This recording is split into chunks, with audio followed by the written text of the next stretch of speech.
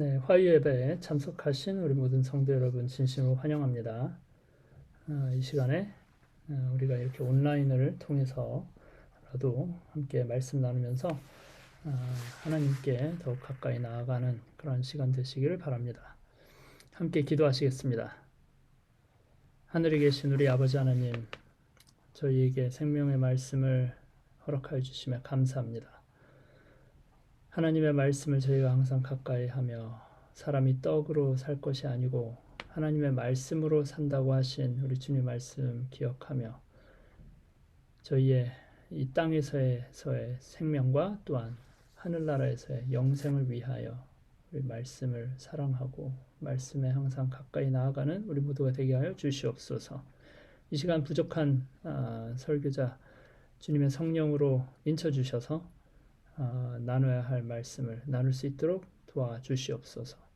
예수님의 성으로 간절히 기도합니다. 아멘. 네, 오늘 말씀 제목은 곱비 풀린 감정입니다. 누가복음 9장에 있는 말씀에서 함께 나누고자 합니다.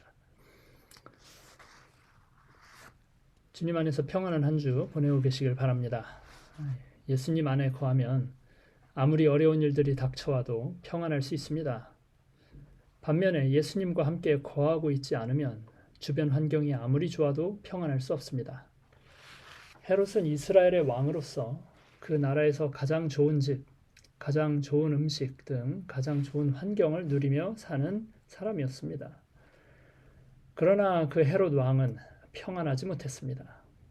왜냐하면 그의 마음에는 예수님이 계시지 않았고 예수님을 믿지 않았기 때문입니다.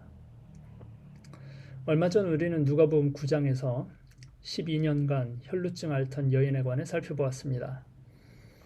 그 여인은 비록 가진 것도 없고 12년 동안이나 혈루증으로 고통을 받았지만 예수님을 믿고 그분을 붙잡았기에 몸과 마음의 평안을 얻을 수 있었습니다.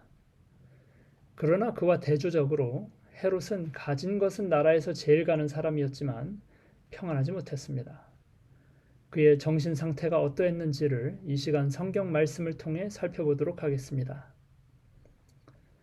그의 정신 상태는 한마디로 말해 감정의 고삐가 완전히 풀려 있는 상태였습니다. 마치 갈대가 바람이 부는 대로 이리저리 흔들리듯 그의 마음 상태 또한 감정의 바람이 어디로 부느냐에 따라 조변석게 했습니다.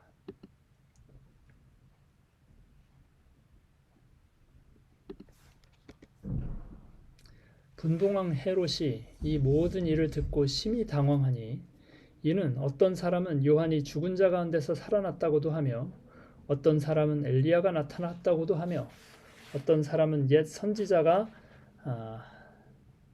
한 사람이 다시 살아났다고도 함이라. 헤롯이 이르되 요한은 내가 목을 베었거늘 이제 이런 일이 들리니 이 사람이 누군가 하며 그를 보고자 하더라.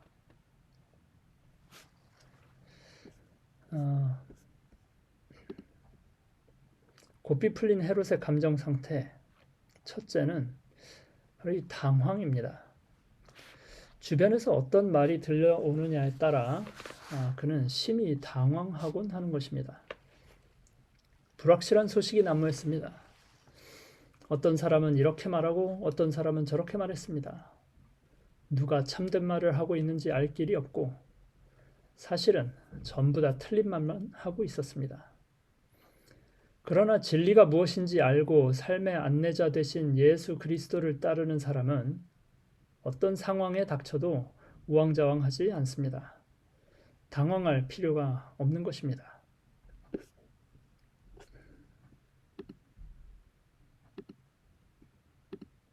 예수께서 이르시되 내가 곧 길이요 진리요 생명이니 나로 말미암지 않고는 아버지께로 올 자가 없느니라. 아무리 초행길을 간다 하더라도 내비게이션을 켜고 간다면 노심초사할 필요가 없습니다. 내비게이션보다도 더 좋은 것은 옆에 길을 잘 아는 안내자가 있는 것이겠죠.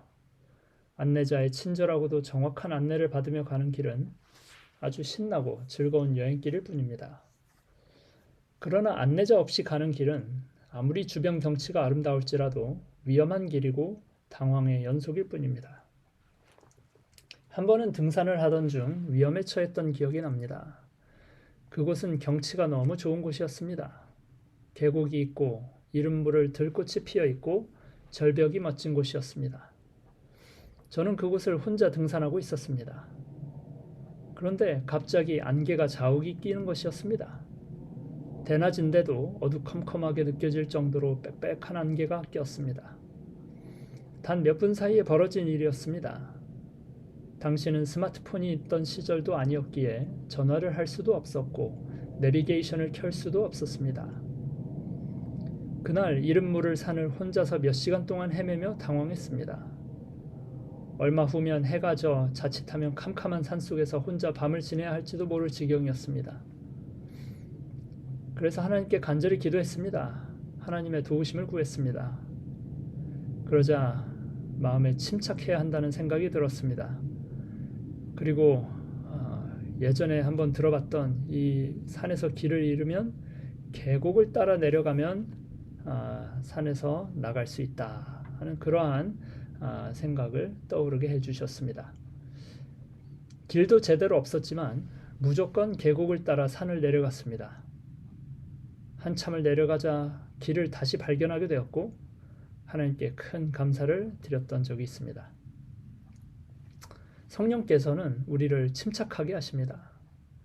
아무리 큰 인생의 환란이 닥쳐도, 아무리 큰 인생의 폭풍우가 불어닥쳐도 당황하지 않고 이성적으로 대처할 수 있도록 마음을 지켜주십니다. 그러나 사탄은 사람으로 하여금 당황하게 합니다.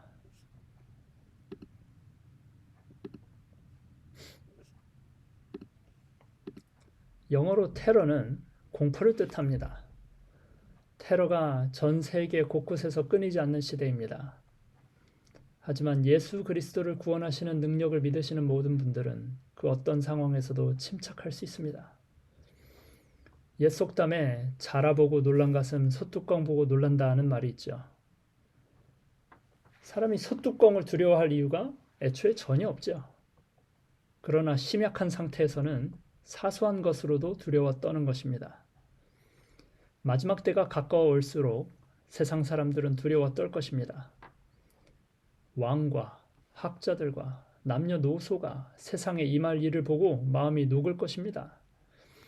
그러나 우리 모든 성도들은 예수 그리스도를 의지하심으로 마음을 강하고 담대히 하시길 축원드립니다. 헤롯의 감정 상태 두 번째는 헛된 호기심입니다. 헤롯이 이르되 요한은 내가 목을 베었거늘 이제 이런 일이 들리니 이 사람이 누군가 하며 그를 보고자 하더라. 그는 영적으로 소경된 자였습니다.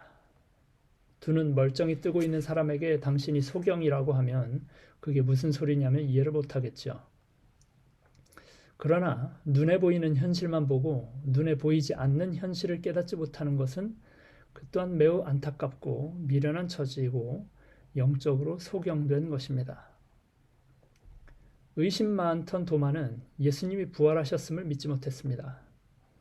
다른 제자들이 예수님께서 분명히 부활하셨고 자신들 앞에 나타나셔서 말씀도 하셨다는 것을 증언함에도 불구하고 도마는 자기 손으로 예수님의 손과 옆구리에 난 상처를 만지지 못하면 믿을 수 없다고 말했습니다.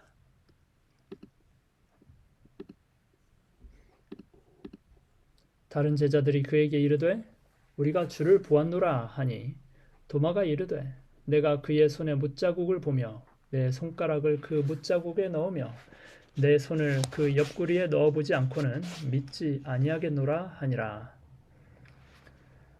도마가 두 눈으로 보든 못 보든 관계없이 예수님은 분명 부활하셨습니다. 마찬가지로 헤롯이 예수님을 보든 못 보든 관계없이 예수님은 하나님의 아들로서 이 땅에 와 계셨습니다. 수많은 사람들이 그분에 관해 증언하고 있었습니다. 베푸시는 이적들에 관해 들으며 마음을 겸손히 하여 예수님 앞에 나아가 회개했다면 얼마나 좋았을까요? 그러나 그는 교만한 마음을 버리지 아니하고 그 사람이 도대체 누군지 구경이나 해보자 하는 식의 헛된 호기심만 품었습니다. 오늘날 우리는 호기심을 자극하는 것들이 주변에 많이 있습니다. TV와 스마트폰을 통해 지구 반대편에서 일어나는 시시콜콜한 것까지도 즉시로 눈으로 확인할 수 있는 시대입니다. 그러나 진정으로 중요한 일들은 눈에 잘 보이지 않는 곳에서 이루어지고 있다는 사실입니다. 우리 사람의 눈이란 너무나 쉽게 속으며 인간의 시력은 매우 불안정한 판단 기준입니다. 한때 토마토의 별명은 악마의 열매였다고 합니다. 붉은색이 나는 이 채소를 사람들은 겉모습만 보고 지레 겁을 먹고는 독약이 든 열매이니 절대 먹으면 안 된다고 믿었다고 합니다. 당시 어떤 서커스인들은 토마토를 먹는 시범을 사람들 앞에서 보였는데 대중들은 서커스인들이 독이 든 과일을 먹었는데도 안 죽는 것이 신기하다고 생각해 박수를 쳤다고 합니다. 시각을 통한 판단은 어떤 때는 가장 확실한 것 같지만 사실은 매우 불안정한 판단 기준이라는 사실입니다. 그런데 헤롯은 자신의 시각을 믿고 시각에 의존하는 사람이었습니다. 그는 시각적 호기심을 채우는 데 급급했던 사람이었습니다. 요한을 호기심으로 대했고 예수님을 호기심으로 대했습니다. 결국 그런 헛된 마음으로 예수님을 대하던 헤롯은 예수님이 신문 받으실 때 요한에게 그러했던 것처럼 예수님을 지키지 못하고 예수님을 희롱하다가 결국 예수님을 십자가에 못 박는 데 큰 일조를 했습니다. 성도 여러분, 마지막 때가 가까울수록 호기심이 아닌 참된 믿음으로 신앙하시는 모든 성도들 되시길 축원드립니다. 이 세상에 더 이상 신기할 것은 없습니다. 놀라울 것도 없습니다. 아무리 대단한 것이 발명된다 한들 해 아래 새로운 것이 없습니다. 별것 아닌 것에 환호하며 쾌락을 줬다가 인생을 허비하지 마시기를 바랍니다. 다만 진리 대신 예수님만 따라 좌로나 우로나 치우치지 말고 하늘나라를 향해 꿋꿋이 나아가시게 되길 주님의 이름으로 축원드립니다. 이렇듯 불안하고도 철없는 헤롯의 정신 상태는 자기 아내와 자녀를 향한 비뚤어진 애정으로도 나타납니다. 헤로디아의 딸이 친히 들어와 춤을 추어 헤롯과 및 함께 앉은 자들을 기쁘게 한지라. 왕이 그 여아에게 이르되 무엇이든지 너 원하는 것을 내게 구하라. 내가 주리라 하고 저가 곧 왕에게 급히 들어가 구하여 가로되 침례 요한의 머리를 소반에 담아 곧 내게 주기를 원하옵나이다 한데 왕이 심히 근심하나 자기의 맹세한 것과 그 앉은 자들을 인하여 저를 거절할 수 없는지라. 그는 아내인 헤로디아와 딸 살로메의 교묘한 충동질을 못 이기고 아무 죄가 없는 선지자 요한의 목을 베었습니다. 고삐 풀린 감정 상태의 또 다른 특징은 비뚤어진 애정입니다. 아내를 사랑하는 마음을 갖는 것, 본래 하나님이 주신 것이죠. 딸을 사랑하는 마음을 갖는 것도 본래 하나님이 주신 것입니다. 그러나 가족을 하나님보다 더 사랑하는 것은 비뚤어진 사랑입니다. 하나님 외에 다른 신은 없어야 하는데 가족을 사랑하다 못해 우상으로 삼는 지경까지 가는 경우가 있는 것입니다. 아무리 딸을 사랑하기로소니 딸이 요한의 목을 베어달라고 한다고 죄 없는 요한의 목을 베면 될까요? 정상적인 아버지라면 그러한 딸을 꾸짖고 그러지 못하게 막았어야 합니다. 아내를 꾸짖고 그렇지 못하게 막았어야 합니다. 참된 사랑은 감정이 아닌 것입니다.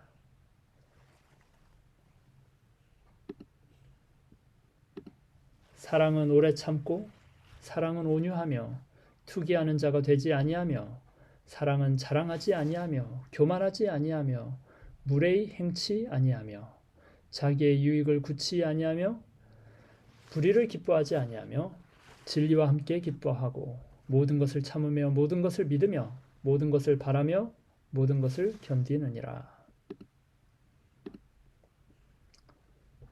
사랑은 이러합니다. 참된 사랑은 이러한 것입니다.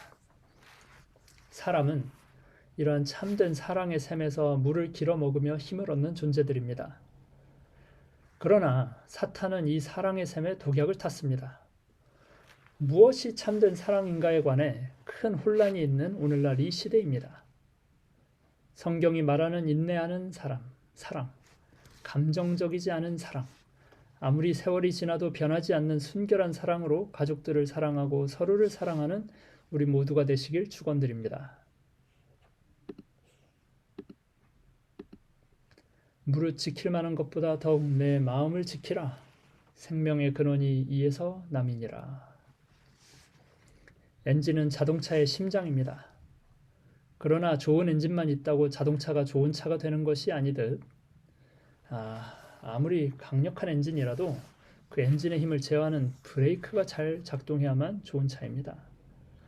브레이크가 작동하지 않는데 엔진만 힘이 넘친다면 그 차는 죽음을 향해 나를 신속하게 싣고 가는 철로 만들어진 관일 뿐인 것입니다.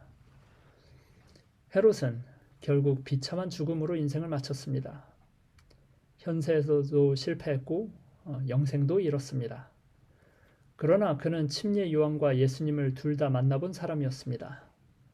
구원받을 수 있는 기회가 너무나 가까이까지 이르러 왔으나 그 기회들을 모두 잃어버리고 비참하게 생을 마감했습니다. 예수님께서 주시는 구원의 기회를 우리 모두는 단 한 분도 빠짐없이 결코 놓치지 마시고 믿음으로 굳게 붙잡으심으로 하늘에 꼭 들어가시기를 축원드립니다.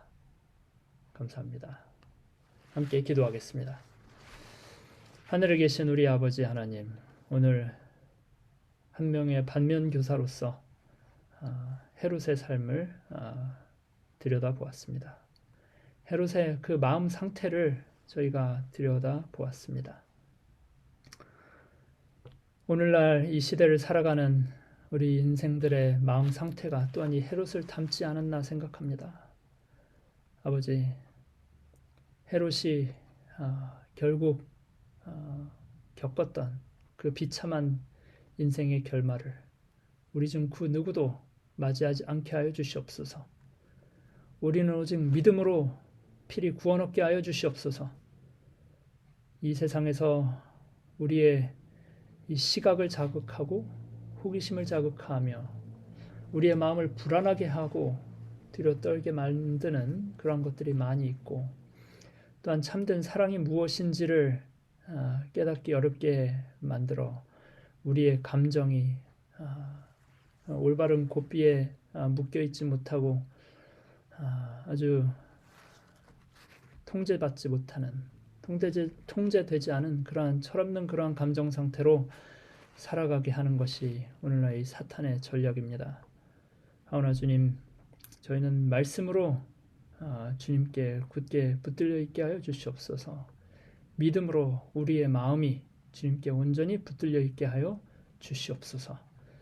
그러므로 하늘나라까지 우리가 안전하게 나아가게 하여 주시옵소서.